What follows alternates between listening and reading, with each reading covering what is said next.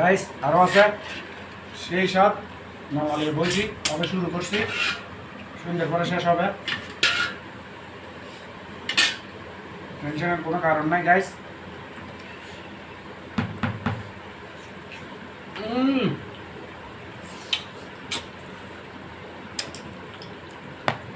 এই যা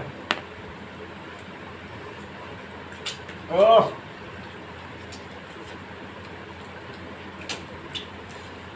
গাইস এখানে ভিতরে তুলা বাইরে হইতেছে দেখো ও সেই রকম গাইস